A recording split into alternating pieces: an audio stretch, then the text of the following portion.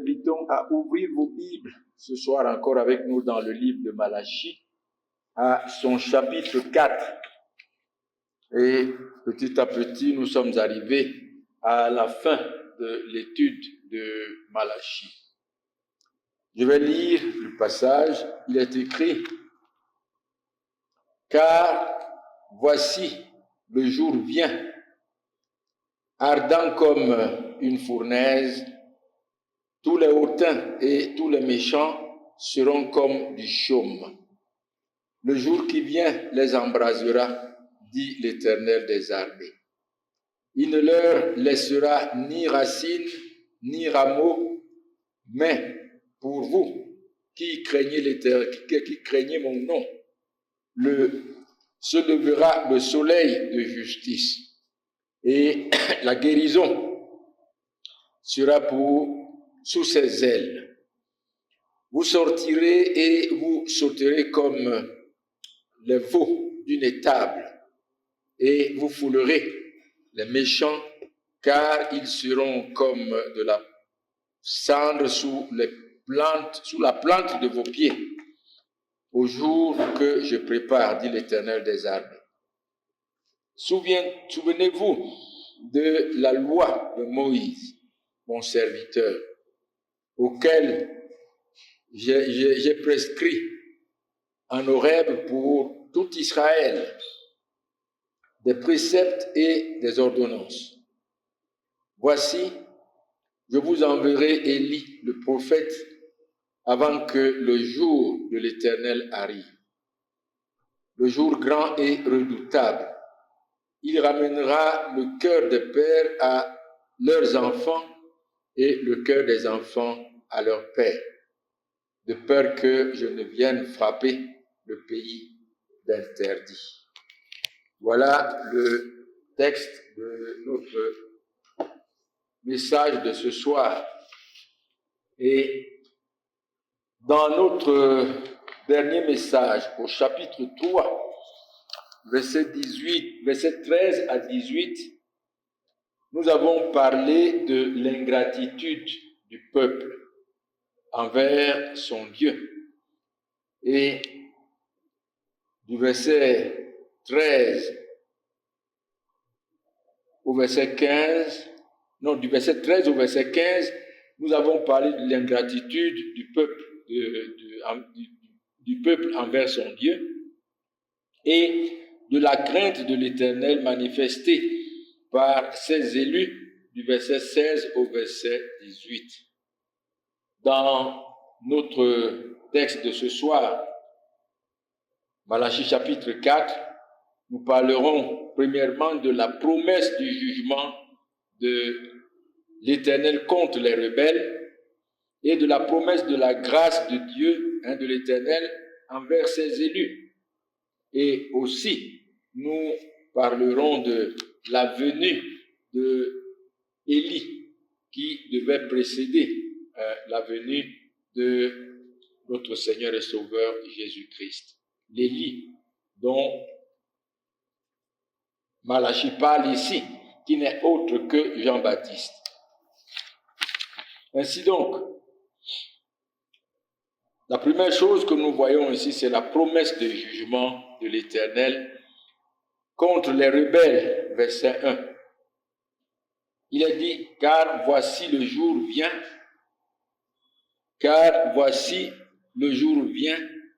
ardent comme une fournaise.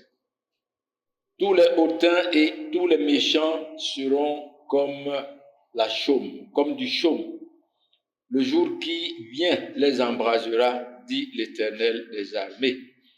Il ne leur laissera ni racine ni rameau. Et comme nous voyons ici, les Écritures nous enseignent que l'Éternel est miséricordieux et compatissant, lent à la colère et riche en bonté.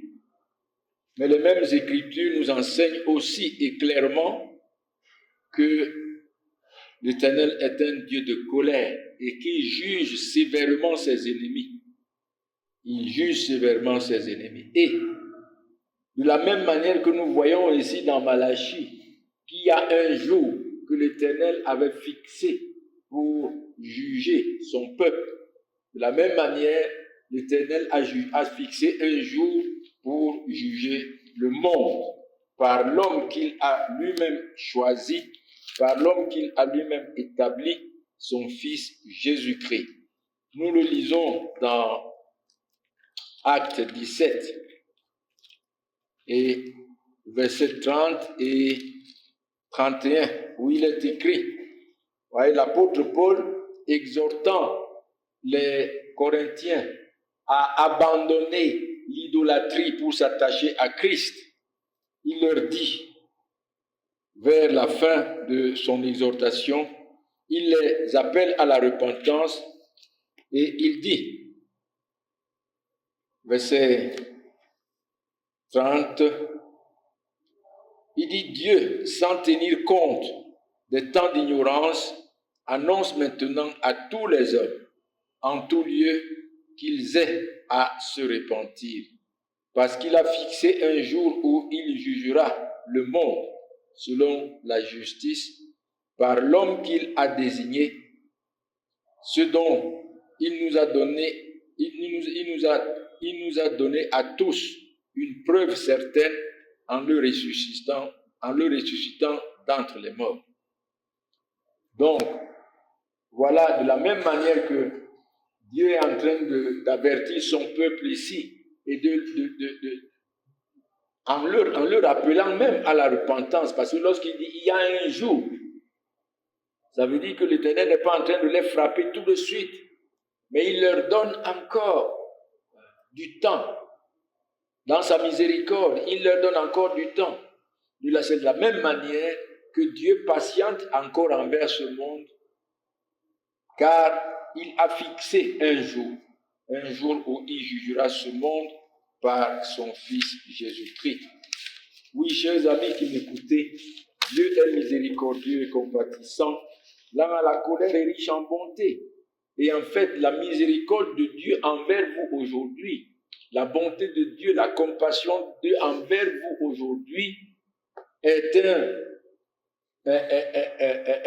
un signe de sa bonté pour vous permettre de vos péchés. Que le Seigneur, par sa grâce, puisse véritablement vous visiter et que, par sa grâce, toute puissante, touchant votre cœur, vous révélant votre rébellion et votre méchanceté contre Dieu, vous attire aussi à lui dans la repentance envers lui et la foi en son Fils Jésus-Christ. Oui, Dieu, ici, avertit le peuple qu'il va le juger. Et il l'a jugé. Il l'a jugé.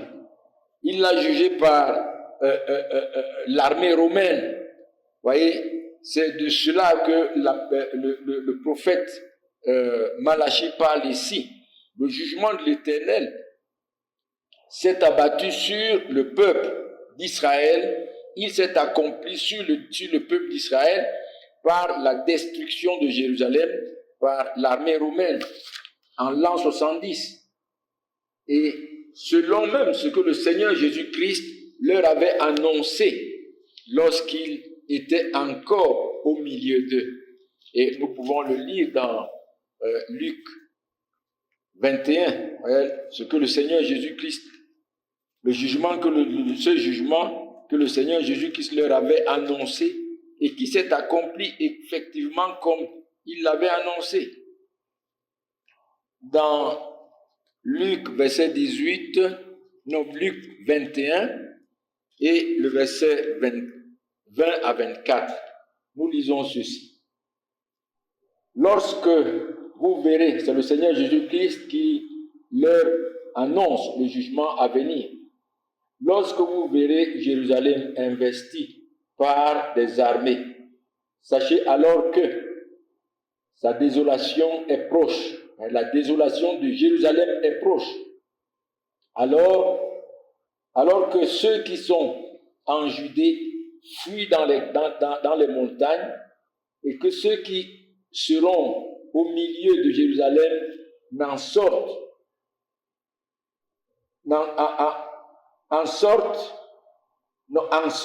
que ceux qui sont au milieu de Jérusalem en sortent, et que ceux qui seront dans les champs n'entrent pas dans la ville, car ce seront des jours de vengeance pour l'accomplissement de tout ce qui est écrit. Malheur aux femmes qui seront enceintes et à celles qui allaiteront en ce jour-là, car il y aura une grande détresse dans le pays et de la colère contre le peuple, contre ce peuple. Ils tomberont sous le tranchant de l'épée, ils seront amenés captifs parmi toutes les nations, et Jérusalem sera foulée aux pieds par les nations, jusqu'à ce que les temps des nations soient accomplis. Voilà ce que le Seigneur Jésus-Christ prophétisait de son vivant à ce peuple rebelle. Et ce jugement s'est accompli effectivement sur ce peuple en l'an 70, après le départ, après que le Seigneur Jésus-Christ soit rentré dans sa gloire. Et ça a été une détresse, une si grande détresse que toute la ville de Jérusalem a été détruite et beaucoup d'hommes sont morts par l'épée. Beaucoup d'hommes sont morts par l'épée. Voyez mes amis, de la même manière que nous voyons ici, de la même manière, à vous qui m'écoutez ce soir, il est réservé un jour où Dieu jugera ce monde par son Fils Jésus-Christ.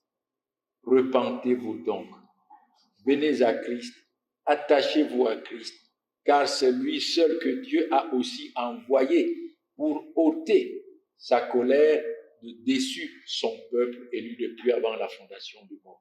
Venez à Christ. Venez à Christ. Et venez à Christ.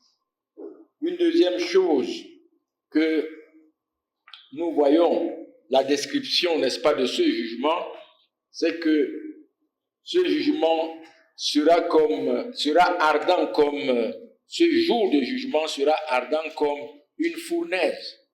Un jour où le jugement de Dieu s'abattra de manière impitoyable sur Jérusalem, sans grâce, sans miséricorde et sans compassion. Il consumera les rebelles comme du chaume, comme de la paille, et les emportera en un instant. Et il les embrasera comme un grand feu qui ne s'éteint point. Oui, la colère de Dieu consumera toute racine et tout rameau, ce qui veut dire qu'il exterminera pour toujours les rebelles. Il les exterminera pour toujours.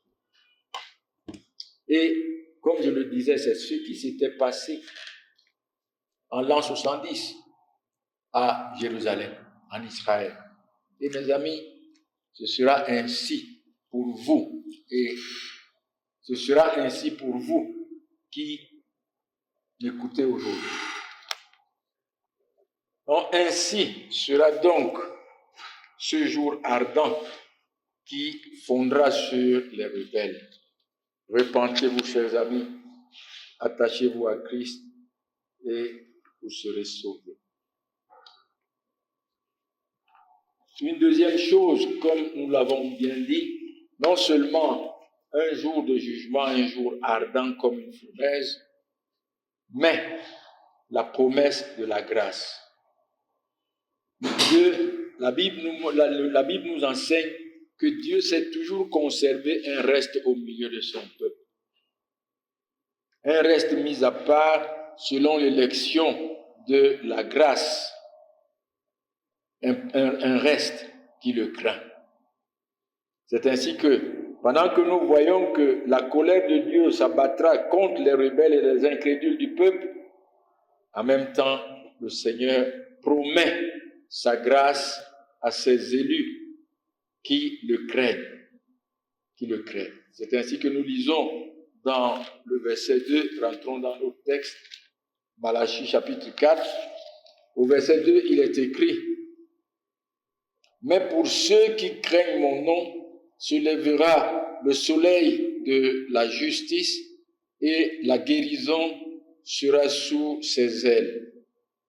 Vous sortirez et vous sauterez comme les veaux d'une étable et vous foulerez les méchants.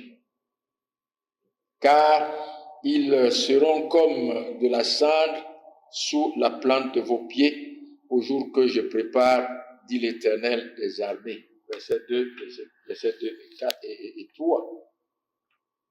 Alors, la première des choses qui leur est promise concernant cette grâce de Dieu, c'est que le soleil de la justice devait se lever pour ce peuple qui craint l'Éternel, pour ses élus. Et nous avons ici un symbole de notre Seigneur et Sauveur Jésus-Christ. Voyez, c'est lui, le soleil de la justice de Dieu. Comme le soleil qui se lève le matin et par sa lumière évanouit les ténèbres de la nuit, ainsi le Seigneur Jésus-Christ se lève comme un soleil sur son peuple pour évanouir les ténèbres du péché dans lesquels son peuple est esclave. Et il le fait en prenant sur lui le péché de son peuple et en mourant pour ce péché sur la croix afin d'en payer la dette et de satisfaire à la justice de Dieu. Pour que la justice de Dieu satisfaite, ses élus soient rendus en lui justice de Dieu, comme nous pouvons le lire dans 2 Corinthiens chapitre 5, le verset 21, où il est écrit « Celui qui n'a point connu de péché, il l'a fait devenir péché pour nous, afin que nous devenions en lui justice de Dieu, en Jésus-Christ. » Voyez, c'est ainsi que le Seigneur Jésus-Christ, comme un soleil, se lève sur son peuple et éclaire son peuple par sa justice, délivre son peuple du péché par sa justice, et tout en rendant son peuple, tout en rendant son peuple justice de Dieu en Jésus-Christ. Et c'est aussi pour cela que dans 1 Corinthiens, chapitre 1 et le verset 30, il est écrit que Christ est notre justice. Lisons le passage. 1 Corinthiens, chapitre 1 et le verset 30, il est écrit « Or, c'est par lui, par Dieu, que vous êtes en Jésus-Christ, lequel, de par Dieu, a été fait pour nous sagesse, justice et sanctification et rédemption, afin que, comme il est écrit, que celui qui se glorifie dans le Seigneur. » Oui, comme nous le voyons ici, le salut est donné par la grâce de Dieu. Il réside dans la grâce de Dieu. Et personne ne peut se glorifier d'avoir fait quoi que ce soit ou d'avoir donné quoi que ce soit à Dieu pour satisfaire à sa justice. Personne. C'est le Seigneur Jésus-Christ. Lui qui n'a point connu de péché, c'est lui qui est la sagesse, c'est lui que Dieu a rendu sagesse, justice, sanctification et rédemption pour son peuple. C'est en lui que son peuple a pleinement et parfaitement tout ce que Dieu exige pour le salut de son peuple. Tout se trouve en Christ. Et les élus l'ont parfaitement et pleinement en Jésus-Christ. Quel privilège. Nous devons simplement nous écrier quel privilège. Une deuxième chose, il est écrit, et la guérison sera sous ses ailes. Dans Ésaïe 53, le prophète nous annonce bien avant la venue de notre Seigneur et Sauveur Jésus-Christ, comment est-ce que le Seigneur Jésus-Christ allait guérir son peuple de son péché. Cette guérison qu'il portait sous ses ailes. Il est écrit, commençons au verset 1, c'est important. Qui a cru à ce qui nous était annoncé, ce que les prophètes avaient annoncé d'avance concernant le Seigneur Jésus-Christ, sa venue et son œuvre de rédemption qu'il allait accomplir sur la croix. Qui a cru? Et c'est parce que les hommes n'ont pas cru à ce que les prophètes ont dit, qu'ils n'ont pas reconnu le Seigneur Jésus-Christ, qu'ils n'ont pas cru au Seigneur Jésus-Christ. Qui a reconnu le bras de l'Éternel? Il s'est élevé devant lui comme une faible plante, comme un rejeton qui sort d'une terre desséchée. Il n'avait ni beauté ni éclat pour attirer nos regards, et son aspect n'avait rien pour nous plaire. Méprisé et abandonné des hommes, homme de douleur et habitué à la souffrance, semblable à celui dont on détourne le visage, nous l'avons dédaigné, nous n'avons fait de lui aucun cas. Cependant, ce sont nos souffrances qu'il a portées, c'est de nos douleurs qu'il s'est chargé, et nous l'avons considéré comme puni, frappé de Dieu et humilié. Mais il était blessé pour nos péchés, brisé pour nos iniquités. Le châtiment qui nous donne la paix est tombé sur lui. Et c'est par ses meurtrissures que nous sommes guéris. Oui, c'est par ses souffrances qu'il a subies à notre place, la souffrance que son peuple devait subir. Voyez, revenons au verset 2. Il est venu dans une forme humaine. Il est venu dans une forme de serviteur. Et il n'avait ni éclat pour attirer nos regards, et son aspect n'avait rien pour plaire aux hommes. Voyez, il était un simple homme comme tout autre homme. Et c'est pourquoi beaucoup disaient de lui, c'est le fils de Joseph. C'est le fils de Marie, c'est le fils de Joseph. Mais au-delà du fils de Joseph, il n'était pas le fils de Joseph, il était fils de David selon la chair et fils éternel de Dieu, Dieu dans la chair. Méprisé, abandonné des hommes, voilà comment il a été méprisé à notre place, pour notre péché. Il a été abandonné. Il était abandonné sous la souffrance et personne ne faisait aucun cas de lui. Mais cependant, comme il est écrit, ce sont les souffrances que son peuple devait porter, qu'il a portées à la place de son peuple. Ce sont les douleurs de son peuple dont il s'est chargé.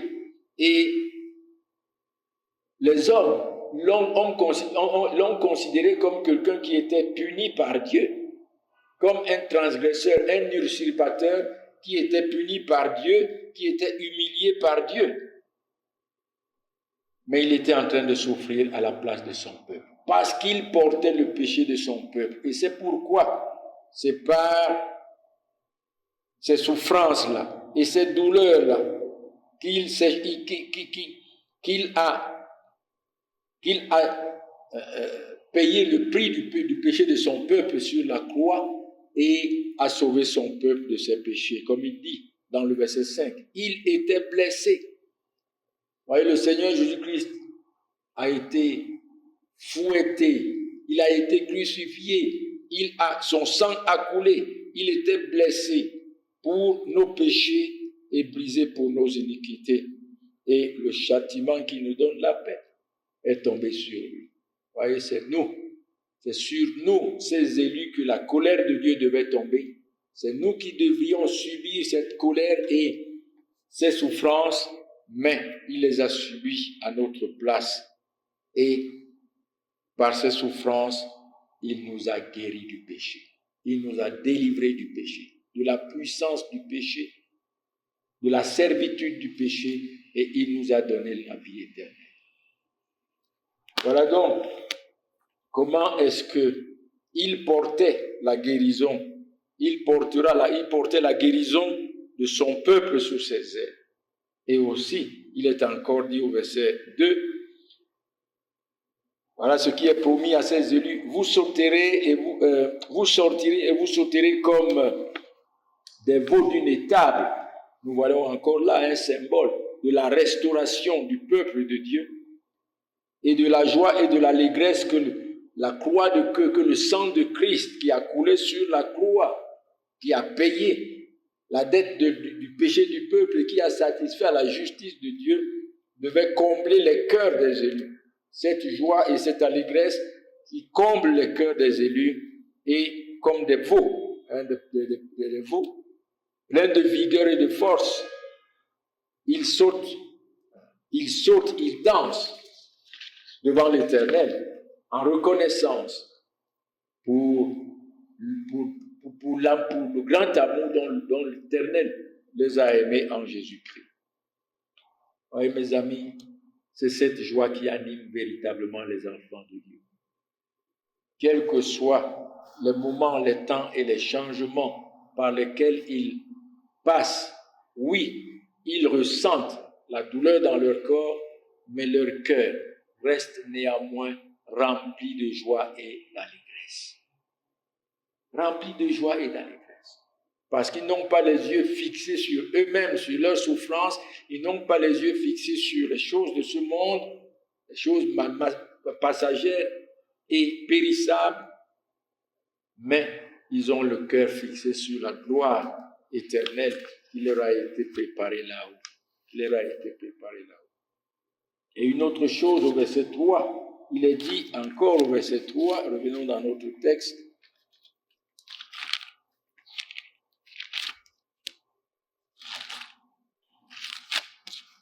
il est dit, et vous foulerez les méchants, car ils seront comme de la cendre sous la plante de vos pieds, au jour que je prépare, dit l'Éternel des armées. Voilà encore ce que l'Éternel promet à son peuple.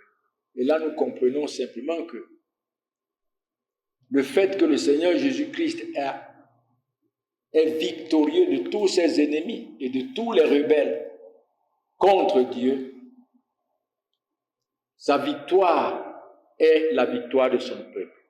Et la victoire de Christ est aussi la victoire de son peuple sur ses ennemis. Et c'est ainsi que les élus en Christ foulent aux pieds les méchants, et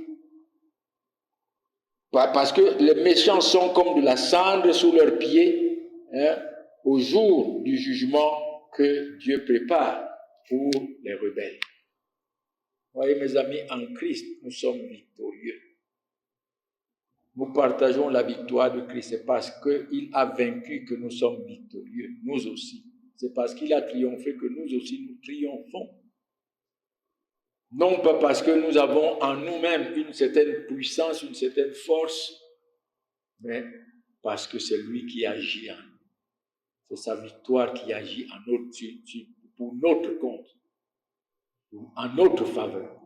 C'est lui qui agit. Et voilà donc la bénédiction des élus. Et c'est un privilège que d'appartenir à Christ. C'est un privilège que d'avoir été depuis avant la fondation du monde mis à part pour Dieu selon l'élection de la grâce, pour ne pas voir le jour du jugement de Dieu,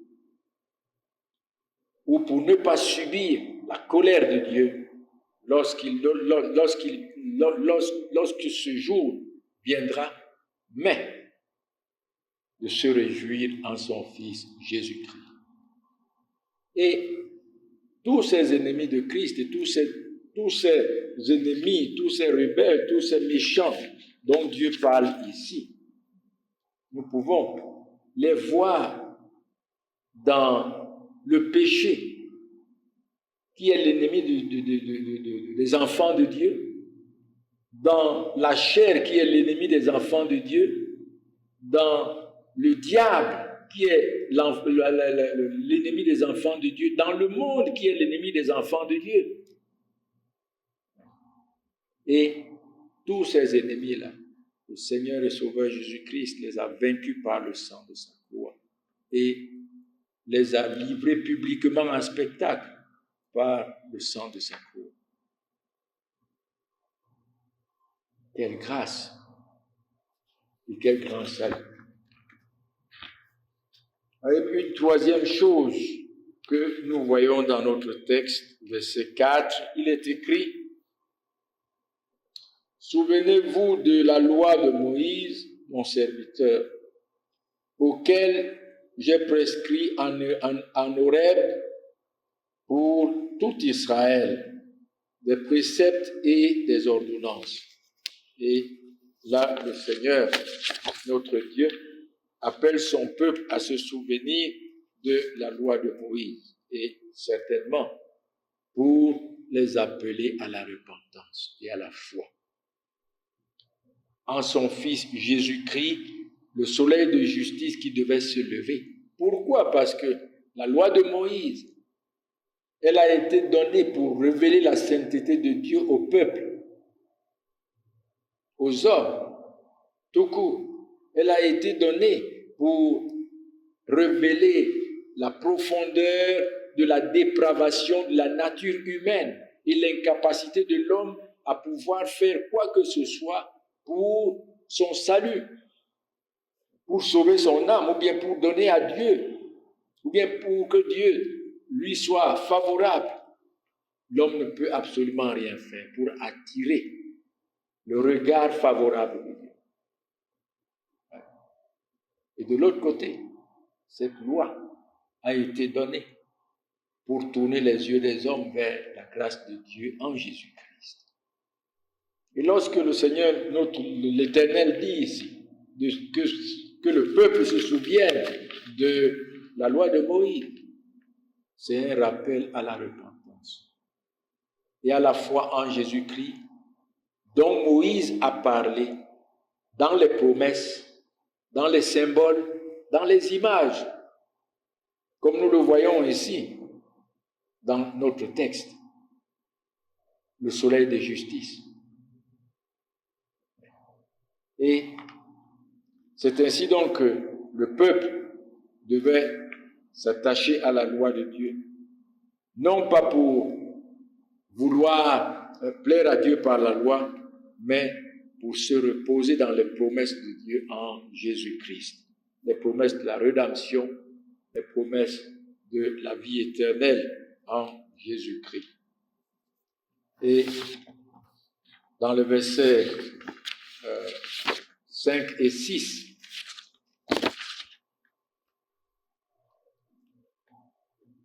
nous voyons la dernière chose, l'annonce de la venue d'Élie, le prophète, avant que le jour de l'Éternel arrive. Il est écrit: voici, je vous enverrai Élie, le prophète, avant que le jour de l'Éternel n'arrive, ce jour grand et redoutable.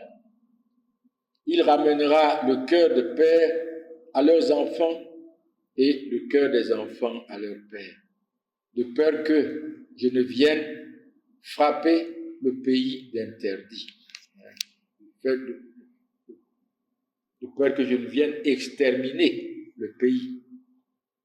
Il est évident que cet Élie dont le prophète Malachie parle ici n'est autre que Jean-Baptiste, car c'est de lui que nous voyons la description du verset 6. C'est de lui que le verset 6 parle, qu'il devait ramener les cœurs des enfants à leur père et les cœurs des pères à leurs enfants. Et nous le lisons bien dans Luc chapitre 1, versets 13 à 17.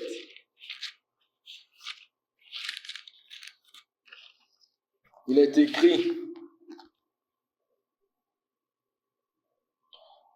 voilà, c'est l'ange qui parle à Zacharie. Mais l'ange lui dit, verset 13, Luc 1, verset 13, mais l'ange lui dit, ne crains point, Zacharie, car ta prière a été exaucée.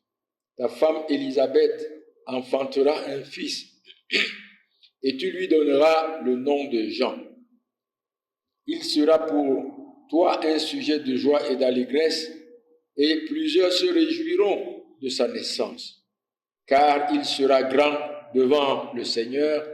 Il ne boira ni vin, ni liqueur énivrante, et il sera rempli de l'Esprit Saint dès le sein de sa mère. Il ramènera plusieurs des fils d'Israël au Seigneur leur Dieu. Il marchera devant Dieu avec l'esprit et la puissance d'Élie pour ramener les cœurs des pères vers les enfants et les rebelles à la sagesse des justes, afin de préparer au Seigneur un peuple bien disposé. Voilà. Et lorsque nous lisons donc le verset 6, nous voyons que l'Élie dont il est question ici n'est autre que Jean-Baptiste. C'est de lui qu'il s'agit. Et aussi, si nous lisons dans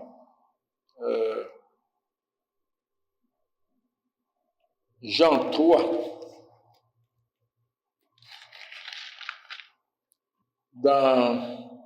excusez-moi s'il vous plaît, je me suis trompé de verset. Voilà. Donc c'est de Élie, donc c'est de Jean-Baptiste qu'il s'agit ici. Il fut envoyé par Dieu lui-même avant le jour de l'Éternel pour annoncer la repentance envers Dieu et la foi en Jésus-Christ. Et c'est en annonçant cette repentance et la foi envers la repentance envers Dieu et la foi en Jésus-Christ qu'il ramenait ainsi le cœur des enfants vers leur père et le cœur des pères vers celui des enfants. Nous le lisons, n'est-ce pas, dans Matthieu chapitre 3, où Jean-Baptiste paraît pour la première fois dans son ministère. À partir du verset 4, nous lisons ceci. Jean avait un vêtement de poil. D'abord, verset 1. En ce temps-là, parut Jean-Baptiste prêchant dans le désert de Judée. Il disait, repentez-vous, car le royaume des cieux est proche. Jean est celui qui avait été annoncé par Ésaïe le prophète lorsqu'il dit, c'est ici la voix de celui qui crie dans le désert, préparez le chemin du Seigneur et aplanissez ses sentiers. Jean avait un vêtement de poil de chameau et une ceinture de cuir autour des reins. Il se nourrissait de sauterelles et de miel sauvage. Les habitants de Jérusalem, de toute la Judée et de tout le pays des environs du Jourdain se rendaient auprès de lui et confessaient. Et confessant leurs péchés, ils se faisaient baptiser par lui dans le fleuve du Jourdain. Mais voyant venir à son baptême beaucoup de pharisiens et de sadducéens, il leur dit, race de vipères, qui vous a appris à fuir la colère à venir? Produisez donc du fruit digne de la repentance et ne prétendez pas dire en vous-même, nous avons Abraham pour père. car je vous déclare que de ces pierres-ci, Dieu peut susciter des enfants à Abraham. Et il les avertit. Déjà, la cognée est mise à la racine des arbres. Tout arbre donc qui ne produit pas du bon fruit sera coupé et jeté au feu. Moi, je vous baptise d'eau pour vous amener à la repentance. Mais celui qui vient après moi est plus puissant que moi et je ne suis pas digne de porter ses souliers. Lui, il vous baptisera du Saint-Esprit et du feu. Il a son vent à la main, il nettoiera son herbe et il amassera son blé dans le grenier, mais il brûlera la paille dans un feu qui ne s'éteint jamais. Et là, Jean-Baptiste les avertit à se repentir de tout leur cœur, non pas des lèvres, non pas d'apparence, mais du cœur, parce que la colère de Dieu frappera les rebelles. Et voilà comment Jean, en prêchant la repentance envers Dieu et la foi en Jésus-Christ, ramenait le cœur des parents, le cœur des enfants vers leur père et le cœur des pères à leurs enfants. Deuxièmement, il fut envoyé par Dieu lui-même pour révéler Christ au peuple.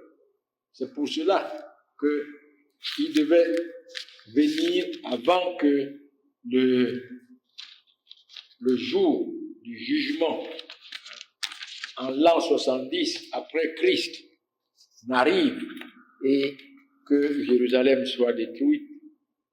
Dans Jean chapitre 1,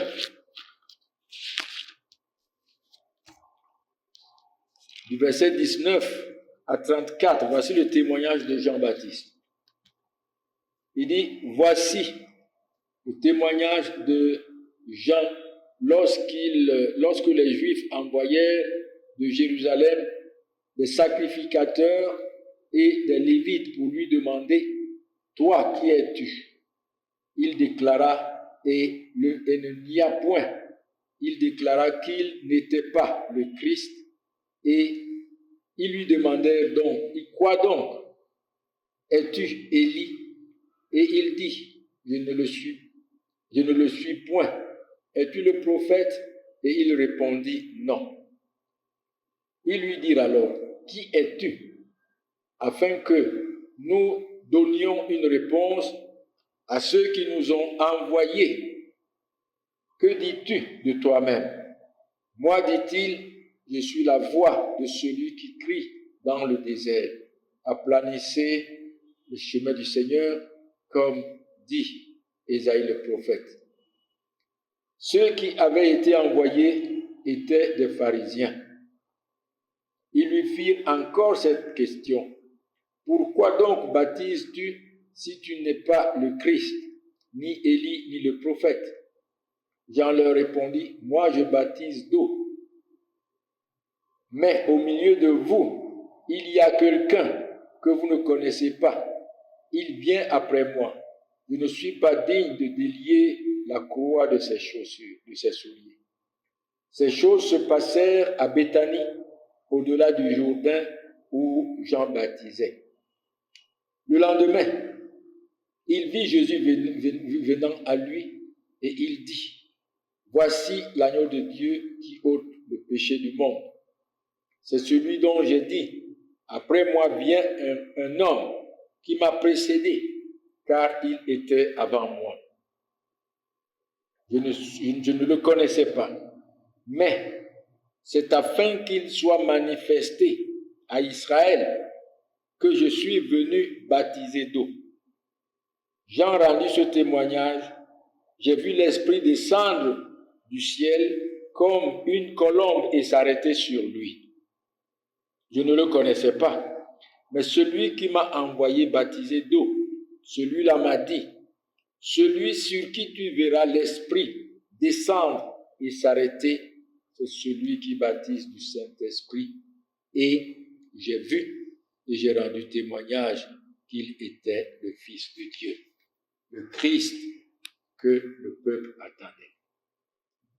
mes amis, Jean a été envoyé non seulement pour amener les cœurs des enfants à leur père et le cœur des parents à leurs enfants par la prédication de la repentance envers Dieu et la foi en Jésus-Christ, mais il a aussi été envoyé pour révéler Christ au peuple qui l'attendait et qui ne le connaissait pas, quoiqu'il était au milieu du peuple. Mais nous voyons ici encore une leçon, une très belle leçon, une leçon profonde concernant les serviteurs de Dieu et concernant tous ceux qui prennent la parole pour annoncer aux hommes. Voyez, qu'est-ce que je voudrais relever? Jean-Baptiste n'a pas attiré les hommes vers lui, comme nous voyons aujourd'hui tous ceux qui prennent la parole, qui veulent tourner les regards des hommes vers eux, comme si c'est eux-mêmes qui sauvaient, comme si c'est eux-mêmes qui étaient Dieu, ou le Fils de Dieu qui est venu pour sauver son peuple de ses péchés. Mais Jean-Baptiste amenait les hommes à Christ. À Christ. Non pas à lui, mais à Christ. Chers amis, prédicateurs de l'Évangile, et tous ceux qui prennent la parole de Dieu pour annoncer aux hommes. Toute la Bible, tout le sujet de la Bible n'a qu'un seul sujet et un seul thème. Ce seul sujet et ce seul thème, c'est notre Seigneur et Sauveur Jésus-Christ. L'Évangile, c'est le Seigneur Jésus-Christ lui-même, sa personne et son œuvre accomplie sur la croix. Prions que toutefois que le Seigneur nous donne la grâce d'ouvrir la bouche pour annoncer l'Évangile, que ce soit son Fils et son Fils crucifié, que nous puissions annoncer avec puissance, la puissance du Saint-Esprit. Que nous puissions annoncer avec hardiesse, que nous puissions annoncer avec fidélité. Fidélité. Tournez les regards des hommes vers Christ. Parce que c'est lui que Dieu a envoyé pour sauver son peuple de ses péchés. Parce que c'est en lui que Dieu se révèle au monde. Il est le Fils éternel de Dieu, Dieu dans la chair. Dieu béni éternellement. Celui dont tous doivent honneur, gloire, adoration. Celui dont tout genou doit fléchir et dont toute lèvre doit proclamer la gloire. Notre Seigneur et Sauveur Jésus-Christ. Voilà, chers amis, le message de ce soir et nous demandons simplement que Dieu bénisse sa parole dans nos cœurs.